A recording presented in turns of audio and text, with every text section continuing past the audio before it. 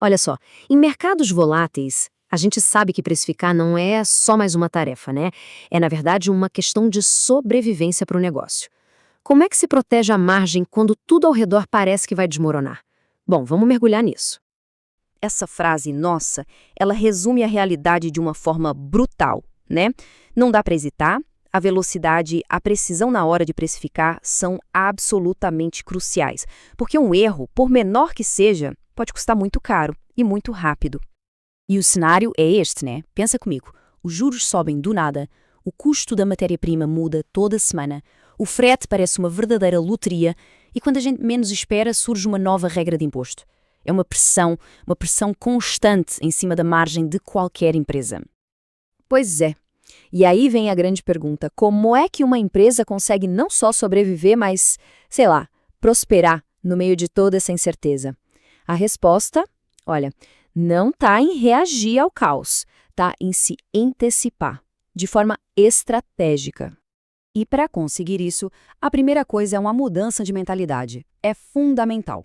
A gente precisa parar de olhar para o preço como um simples número numa tabela e começar a ver ele como a principal ferramenta de proteção do negócio.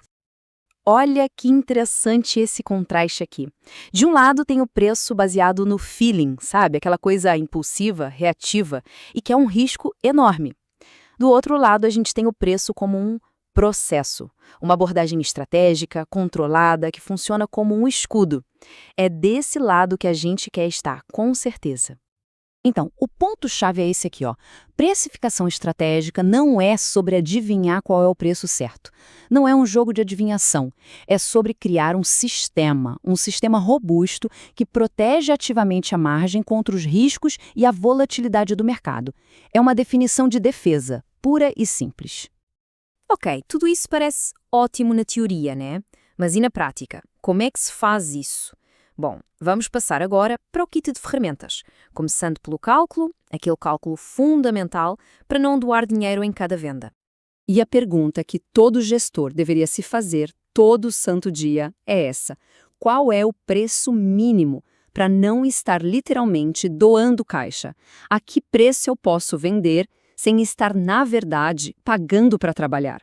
A fórmula que a gente vai ver agora responde exatamente a isso. E a resposta está aqui, na soma desses 6 componentes vitais. Primeiro, o custo da mercadoria vendida, o CMV. Depois, o custo de logística.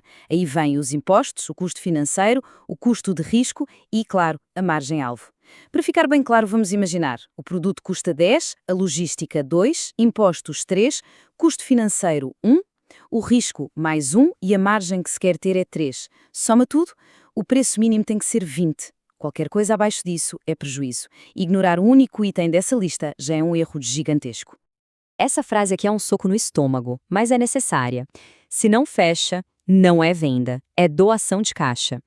Se aquela conta com aqueles 6 componentes não fechar, a transação deixa de ser uma venda, vira literalmente uma doação de caixa para o cliente. E bom, nenhuma empresa sobrevive fazendo caridade com o próprio caixa, né? Beleza, já calculamos o preço mínimo. Missão cumprida? Nem perto. Agora vem a parte talvez mais difícil. Como é que se gerencia e defende esse preço no mercado sem entrar naquela guerra de centavos que ninguém ganha?